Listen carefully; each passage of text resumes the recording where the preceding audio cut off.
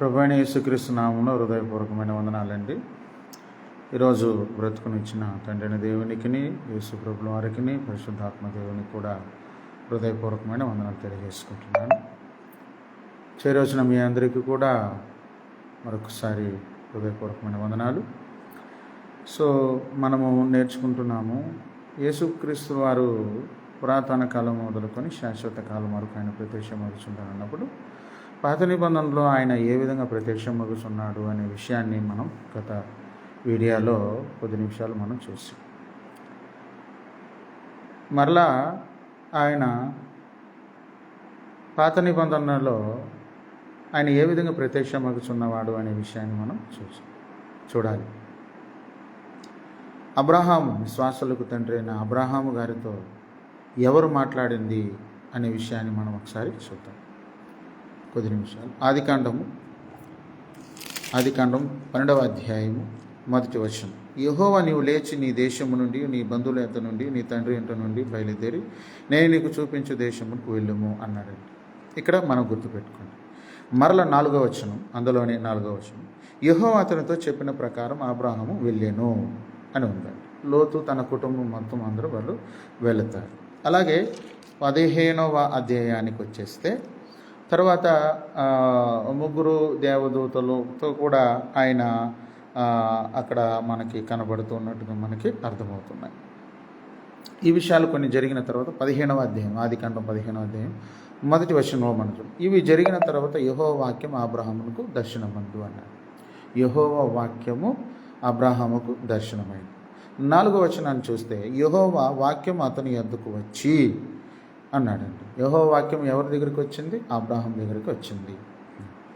అలాగే మన 16వ అధ్యాయానికి వచ్చేస్తే ఎవరిని గురించి ఉంటుందంటే, అబ్రహాము భార్య అయిన శారయి, అతని పిల్లలు లేదు కనుక అబ్రహాము గారికి శారా తల్లికి ఏం లేదంటే పిల్లలు లేరు కనుక హాగారు ఆయనకి దేవుడు కృపను చూపించి ఇష్మాయేల్ అని ఆయన ఇస్తాడు. అప్పుడు ఇష్మాయేల్ అనే సమస్య వచ్చినప్పుడు ఆయన ఏం చేస్తుంది, శారా ఏం చేస్తుందంటే హాగార్ని ఇంటి నుండి బయటికి వెళ్ళి పంపిస్తుంది. అప్పుడు వాళ్ళ అరణ్యంలో పోతూ ఉంది. హాగారు అరణ్యంలో వెళుతున్నప్పుడు ఆమెతో మాట్లాడుతున్నది ఎవరనే విషయాన్ని ఒకసారి 7వ వచనం, 16వ అధ్యాయం ఆదికాండం 17వ అధ్యాయం 7వ వచనం. యెహోవా దూత అరణ్యములో నీటి బొగ్గు యొద్ద అనగా షూరు మార్గంలో బొగ్గు యొద్ద ఆమెకు కనుగొని. ఎవరు కనబడిందంట? యెహోవా దూత అని. అలా చెప్పుకుంటూ 9వ వచనములో అంటాడు, అప్పుడు యెహోవా దూత నీ యజమానుల వద్దకు తిరిగి వెళ్ళి ఆమె చేతి క్రింద అణిగి ఉండమని అతను దానితో చెప్పాను అంటాడు. మరి 10వ వచనంలో, మరి యెహోవా దూత నీ సంతానం నిశ్చయంగా విస్తరింపజేస్తుందను అంటాడు. అక్కడ యెహోవా వాక్యము ఎవరి దగ్గరికి వచ్చింది? అబ్రాహామునికి వచ్చింది. తర్వాత హాగార్ దగ్గరికి ఎవరు వచ్చింది? యెహోవా దూత వచ్చింది. ఓకే, అలాగూ మనం చెప్పుకుంటూ పోతే 13వ వచనాన్ని మనం చదువుకుంటే అది ఆమె అంటున్నది, అది చూచుచున్న దేవుడు నీవే అని పేరుతో తనతో మాట్లాడిన యెహోవాకు పెట్టాను. ఎలాగనగా నన్ను చూచిన వాడిని నేనే చూచి తిని కదా అని అనుకొనిను. అందుకు 14వ వచనం, ఆ నీటి బొగ్గుకు బెయిర్ లహైరోయి అను పేరు పెట్టాను. అంటే తను చూచుచున్న దేవునికి ఏం చేస్తుందంట? చూచుచున్న యెహోవాకు ఆమె పేరు పెట్టింది. ఏమని? చూచుచున్న దేవుడు అని పేరు పెట్టింది. ఎవడు? యెహోవా దూత ఆమెతో మాట్లాడితే ఆమె చూచుచున్న దేవుడువు అని యెహోవాకు ఏం చేసిందంటే పేరు పెట్టినట్టు మనం చూస్తాం. అలాగే 17వ అధ్యాయాన్ని మనం చూస్తే 17వ అధ్యాయం 1-2 వచనాలు చూస్తే అబ్రహాము 99 ఏళ్ళు అయినప్పుడు యెహోవా అతనికి ప్రత్యక్షమయ్యి. ఎప్పుడు చెప్పేది? యెహోవా అతనికి ప్రత్యక్షమయ్యి. 3వ వచనం, అబ్రహాము సాగలపడి ఉండగా దేవుడు అతనితో మాట్లాడి, ఇదిగో మేము నియమించిన నా నిబంధన నీతో చేస్తున్నాను, నీవు అనేక జనములకు తండ్రి ఎగుదు అని చెప్పి అక్కడ యెహోవా ఏం చేశాడంటే ఆయన ప్రత్యక్షమయ్యాడు. ఏమంటే ప్రత్యక్షమయ్యాడు. అలాప్పుడు మనం చేసుకుంటే ఆయనకి అబ్రాము కాదు నీ పేరు, ఇప్పుడు అబ్రహాము అనే పేరు మార్చబడింది. తర్వాత 15వ వచనం వచ్చేసరికి శారా అని పేరు ఉంటుంది, శారాయి కదండి. శారాయి అనే పేరు ఉంటుంది, శారా అనే పేరు దేవుడు మారుస్తాడు. అలాగే 18వ అధ్యాయానికి వచ్చేస్తే వీళ్ళిద్దరికి పిల్లలు లేరు కాబట్టి పిల్లలు కావాలని ఇవ్వడానికి దేవుడు మనకు వాళ్ళతో మాట్లాడుతున్న విషయాన్ని మనం చూద్దాం. 18వ అధ్యాయం 10వ వచనం, అందుకు ఆయన ఇంక మీదటికి ఈ కాలం నీ వద్దకు నిశ్చయముగా మరలా వచ్చేదును, అప్పుడు నీ భార్య అయిన శారాకు నీ కుమారుడు కలుగునని చెప్పాను అన్నాడు. కదండి. 13వ వచనంలో అంతటా యెహోవా అబ్రహాముతో అంటున్నాడు చూడండి. ఎంతంటే అబ్రహాముతో. 19వ వచనంలో చూస్తే ఎట్లనగా యెహోవా అబ్రహామును గూర్చి చెప్పినది అతనికి కలుగజేయనట్లు తన తర్వాత తన పిల్లలకు ఏమంటే తన ఇంటి వారందరూ నీతి న్యాయ జరిగించినట్లు యెహోవా మార్గమును గైకొనుటకు అతడు వారికి ఆజ్ఞాపించిన అతనికి నేను ఎరిగి ఉన్నాను అని చెప్పాడు. తర్వాత 20వ వచనంలో మరి యెహోవా సదోము గొమ్మెరల మీద కూర్చున్న మొర గొప్పది అని చూసండి. అబ్రాహాము గారితో ఎవరు మాట్లాడుతూ ఉందంటే ముగ్గురు వస్తారు. ఒక ఆయన అబ్రాహాము గారితో యెహోవా మాట్లాడుతున్నాడు. ఇప్పుడు ఇద్దరు ఎక్కడికి వెళ్ళిపోతున్నారంటే 19వ అధ్యాయం మొదటి వచనంలో సదోము గొమ్మెర పట్టణానికి వెళ్తున్నారు. సదోము గొమ్మెర పట్టణం ఎక్కడ ఉందని లోతు గారు నివసిస్తున్న స్థలం. అప్పుడు అక్కడ ఆ సదోము గొమ్మెర పట్టణాన్ని పాపం ఎక్కువ ఉందని కాబట్టి అక్కడ నాశనం చేయడానికి వాళ్ళు వస్తున్నారన్నప్పుడు అప్పుడు వాళ్ళు బయటకు వెళ్ళిన తర్వాత నాశనం చేసింది ఎవరు అనే విషయాన్ని ఒకసారి చూద్దాం. అదే 19వ అధ్యాయం ఆదికాండం 19వ అధ్యాయము 23, 24 వచనాలు చూద్దాం. లోతు సోయారుకు వచ్చినప్పుడు ఆ దేశంలో సూర్యుడు ఉదయించు. అప్పుడు యెహోవా సదోము మీదను గొమ్మెర మీదను యెహోవా యొద్ద నుండి గంధకముల అగ్ని ఆకాశము నుండి కురిపించాను. ఎవరు కురిపించాడు? యెహోవా సదోమ గొమ్మెర పట్టణం ముందు అగ్ని గంధకములు యెహోవా యొద్ద నుండి ఏం చేశాడు? ఆయన కురిపించాడు అన్నప్పుడు మనకి ఇక్కడ యెహోవా అని మనకు కనబడుతున్నాయి. అలాగే సందర్భాలు జరిగిన తర్వాత వాళ్ళందరూ వస్తున్న తర్వాత ఎవరు ఇక్కడ మాట్లాడుతున్న విషయాన్ని మాత్రం చూసేసి మనం ముగించేద్దాం. ఆదికాండం 22వ అధ్యాయంలో ఈ సంగతులన్నీ జరిగిన తర్వాత దేవుడు అబ్రహామును పరిశోధించాడు. ఎందుకంటే కుమారుడు ఇస్తానని చెప్పాడు కదా, కుమారుడు కలిగాడు కదా, ఇసాకు పుట్టాడు కదా, వాగ్దాన పుత్రుడు. పుట్టిన తర్వాత మరల నీ దగ్గరికి నేను వస్తానని చెప్పాడు కదా. ఆయన వచ్చిన తర్వాత ఆయన అంటున్నాడు, ఎట్లనగా ఆయన అబ్రహామా అని పిలవగా అతడు చిత్తము ప్రభువా అని చెప్పాను. ఎవరిని? యెహోవాని ప్రభు అని పిలిచాడు. యెహోవా కూడా ప్రభు అనండి, యేసు ప్రభు అని కూడా ప్రభు, పరిశుద్ధాత్మ కూడా ప్రభుగానే ఉన్నాడు. మరి ముగ్గురు వాళ్ళకి ప్రభు అని సంబోధిస్తూ ఉంటుంది. అందుకని ఆయన ముగ్గురు వేరువేరుగా ఉన్నట్టు మనకి కనబడుతూ ఉంటాయి.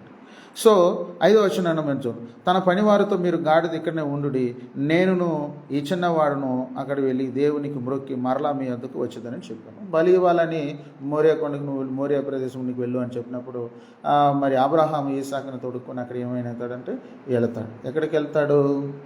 మోరియా దేశానికి వెళ్తాడు. ఎందుకు?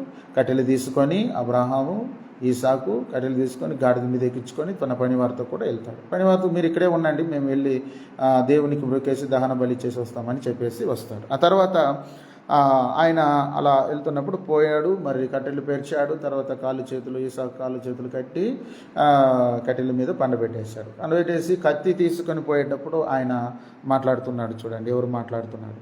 10వ వచనం, 22వ అధ్యాయం 10వ వచనం. అప్పుడు అబ్రహాము తన కుమారుని వధించుటకు తన చెయ్యి చాపి కత్తి పట్టుకొనగా యెహోవా దూత పరలోకము నుండి అబ్రహామా అని పిలిచాను. అందుకు అతడు చిత్తం ప్రభువా అని చెప్పాడు. పరలోకము నుండి ఎవరు పిలిచింది? యెహోవా పిలిచాడు. ఓకేనండి. యెహోవా దూత పరలోకము నుండి పిలిచాడు. ఇప్పుడు యెహోవా దూత అని మనం అన్నప్పుడు మనం అన్నాడు అని చూడండి. 14వ వచనం, యెహోవా ఈరే.